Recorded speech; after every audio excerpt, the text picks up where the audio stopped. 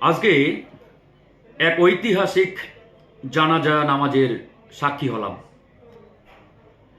স্মরণকালের সবচাইতে বৃহৎ জানাজা নামাজ আজকে আপসহীন গণমানুষের নেত্রী বেগম খালেদা জিয়ার আজকে যে জানাজার নামাজ, এই জানাজার নামাজে কত মানুষের উপস্থিতি হয়েছিল বা কি পরিমাণ মানুষ উপস্থিত হয়েছিল এটা নিয়ে বিস্তর আলোচনা ইতিমধ্যে শুরু হয়েছে। কেউ বলার চেষ্টা করছেন 20 লাখ, কেউ বলার চেষ্টা করছেন 30 লাখ, কেউ বলার চেষ্টা করছেন 50 লক্ষ, কেউ বা তারও আরও অধিক পরিমাণ মানুষ আজকের এই জানাজার নামাজে উপস্থিত হয়েছিলেন, এরকমই কিন্তু বলার চেষ্টা করছেন।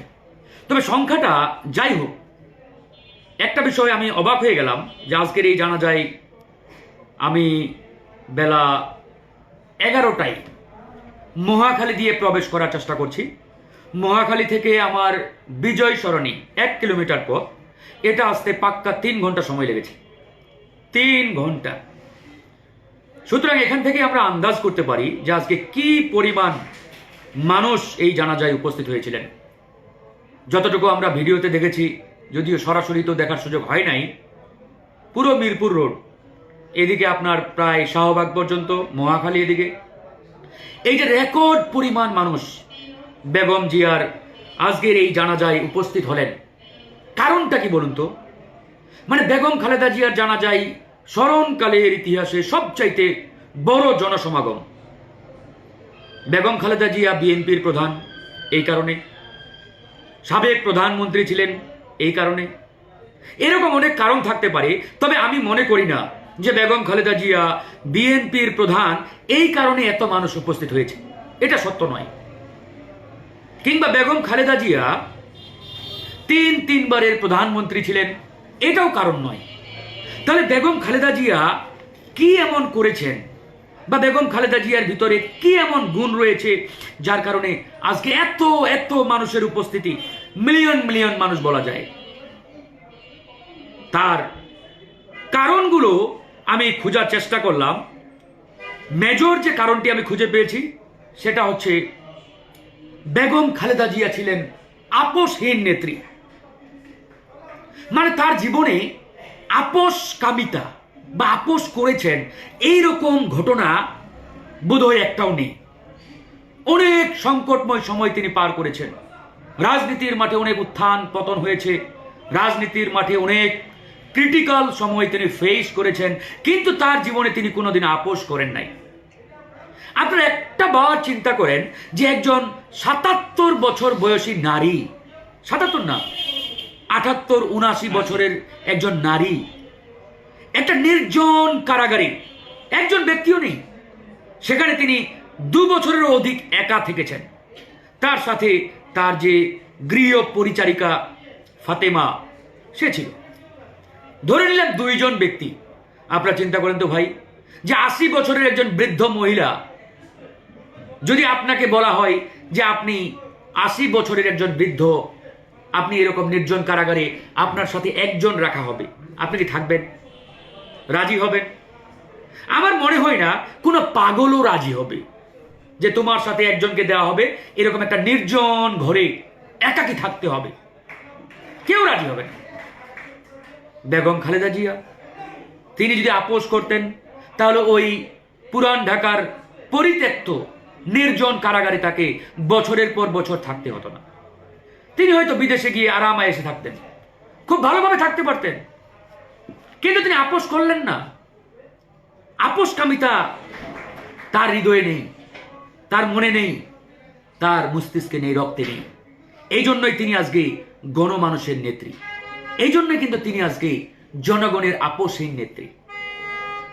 এর আগেও অনেকেই আসছে, সাবেক প্রেসিডেন্ট ছিলেন বাংলাদেশের, জনগণ কিন্তু থুতু দিয়েছে।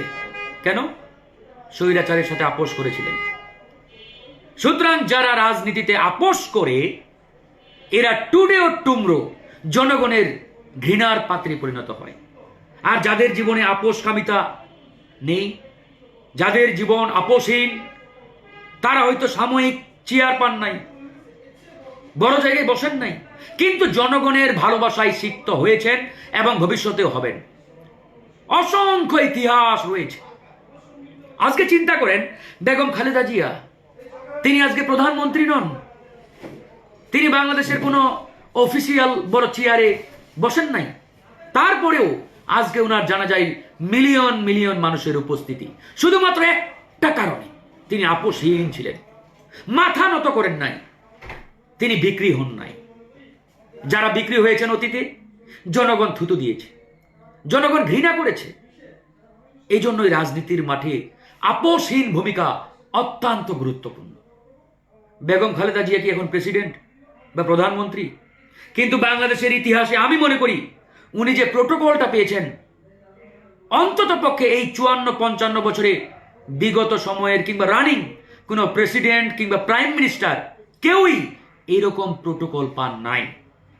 তিনি যে প্রোটোকলটা পেয়েছেন, জনগণের প্রোটোকল, বাংলাদেশের সরকারের প্রোটোকল, অন্যান্য বাহিনীগুলোর প্রোটোকল, বিদেশি যে আমাদের উন্নয়ন সহযোগী বন্ধু দেশগুলো রয়েছে তাদের জায়গা থেকে যে আপনার সহমর্মিতা, সব দিক দিয়ে আমি মনে করি বিগত সময়ের সবচাইতে বড় প্রোটোকলটা বেগম খালেদা জিয়া পেয়েছেন। এই জন্যই আজকে তিনি গণমানুষের নেত্রী, জনগণের নেত্রী। আমি ঢুকতে পারি নাই জানা যায়, এত মানুষ মানে চিন্তার বাইরে ভাই, পিঁপড়ার মতো মানুষ আসছে। আমি যখন গাড়ি নিয়ে, আমি নির্বাচনী এলাকায় ছিলাম, গতকাল রাতে রওনা দিয়েছে, আমি যখন এই উত্তরা দিয়ে প্রবেশ করছি, মানে মানুষ দৌড়াচ্ছে, গাড়ি ছেড়ে দিয়ে ফেলে দিয়ে খালি দৌড়াচ্ছে জানাজার নামাজে অংশগ্রহণ করতে হবে। এই যে মানুষের ভিতরে একটা আবেগ, একটা অনুভূতি, ভালোবাসা, চিন্তার বাইরে, কোটি কোটি টাকা দিয়েও আপনি এটা কিনতে পারবেন না, বিলিয়ন টাকা দিয়েও কিনতে পারবেন না এই ভালোবাসা। খালেদা জিয়া কিনেছেন কিভাবে? টাকা দিয়ে নয়, পয়সা দিয়ে নয়। খালেদা জিয়া এই ভালোবাসা কিনেছেন, অর্জন করেছেন তার আপোষকামী ভূমিকা দিয়ে, নেতৃত্বের গুণ দিয়ে। এই জন্যই আমি বলি রাজনীতির মাঠে আপোষহীন ভূমিকা অত্যন্ত গুরুত্বপূর্ণ, সবচাইতে গুরুত্বপূর্ণ। আজকে আমরা অনেকেই জানা যায় উপস্থিত হওয়ার চেষ্টা করেছি, ছিলাম। বিশেষ করে বাংলাদেশের প্রত্যেকটি রাজনৈতিক দলের প্রধান নেতারা ছিলেন। জামাত ইসলামের আমির বলেন, কিংবা বর্তমান সরকার প্রধান ডক্টর মোহাম্মদ ইউনূস বলেন, তিন বাহিনীর প্রধান বলেন, সবাই এক কাতারে, যে একখণ্ড বাংলাদেশ। আর এটা সম্ভব হয়েছে শুধুমাত্র বেগম খালেদা জিয়ার কারণে। এই জায়গায় যদি অন্য কেউ হইতো, অন্য কোনো নেতা হইতো, আমার মনে হয় না এটা সম্ভব হতো। তাই রাজনীতির মাঠে আপোষহীন থাকতে হবে। নিজের ইমান বিক্রি করা যাবে না, রাজনৈতিক ইমান নষ্ট করা যাবে না, রাজনৈতিক চরিত্রের পরিবর্তন ঘটানো যাবে না। তবেই জনগণের ভালোবাসা সব সময় পাওয়া যাবে। হয়তো সাময়িক সময় চেয়ার পাবেন না, ক্ষমতা পাবেন না, কিন্তু জনগণের ভালোবাসাটা পাবেন। জনগণ আপনাকে মাথায় তুলে মুকুট করে রাখবে। আর যদি ওই এরশাদের মতো আপোষ করেন আর বলেন আমি বলবো না কি হয়েছে আলোচনা, কারণ দিল্লির অনুমতি লাগবে, তাহলে মৃত্যুর পরে মানুষ থুতু দিবে, ঘৃণা করবে। সুতরাং রাজনীতির মাঠে যারাই ওই ক্যারেক্টার চরিত্র ধারণ করবে তাদের পরিণতি একই হবে ভবিষ্যতে, একবারেই পরিষ্কার। তাই রাজনীতিতে আপোষহীন ভূমিকা অত্যন্ত গুরুত্বপূর্ণ। যাই হোক, আজকে বেগম খালেদা জিয়ার ঐতিহাসিক জানাজার সাক্ষী হলাম, স্মরণকালের সর্ববৃহৎ জানাজা। এত এত মানুষ চিন্তার বাইরে। মহান আল্লাহ বেগম খালেদা জিয়াকে তার দোষ গুলো মাফ করে দিয়ে জান্নাতুল ফেরদাউস দান করুক, এটাই দোয়া করি। আমিন আমিন আমিন। আল্লাহ হাফেজ।